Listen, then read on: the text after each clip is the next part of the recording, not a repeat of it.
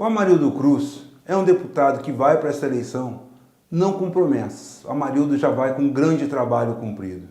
O Amarildo foi sensibilizado pela Frente Estadual em Defesa da Saúde Pública para promover a investigação sobre a questão dos desmandos, das mazelas da saúde no Mato Grosso do Sul.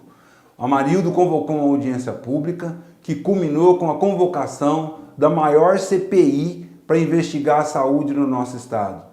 Colecionou 2.270 documentos em 70 mil páginas, confirmando, comprovando tudo que a gente já imaginava das irregularidades na aplicação dos recursos, da má política, da má gestão que esse governo vem praticando. Estes documentos foram entregues para o Ministério Público Estadual, Ministério Público Federal e Corregedoria Geral da União, que tem a liberdade e a obrigação de verificar todas essas irregularidades e tomar as providências.